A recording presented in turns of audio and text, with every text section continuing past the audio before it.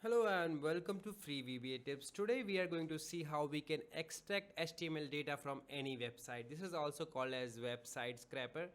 So why this is needed is because sometimes we have to extract some data from website and we have to do some calculations in it. So I would give an example, like if you work for a corporate company and you might need to extract some reports from a website or some data from website, and then you can do some further calculations. I have done some calculations using this data, but right now I would not go in that deep, but I would show you that how you can extract data from any website and then use this automation.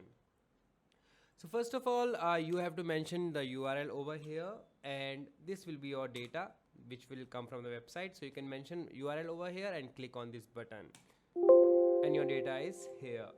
Now I will show you the code how it is working, and then I'll provide you the link as well so that you can download this automation.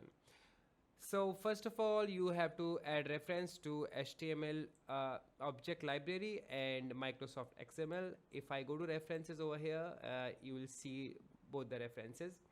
I click on cancel, and then you have to declare this object as HTML document. Rest of things I think you can read yourself. Here we initialize and then we set the workbook. Then this is the URL variable that I have used, and this URL variable is taking value from B2.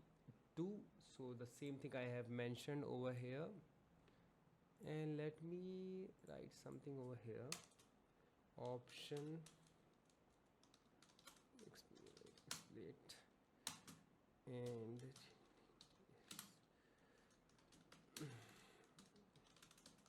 okay.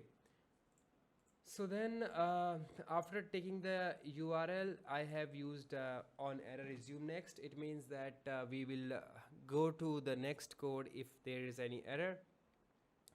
If there is any error, then we are going to go to error handler, which is over here. So this one.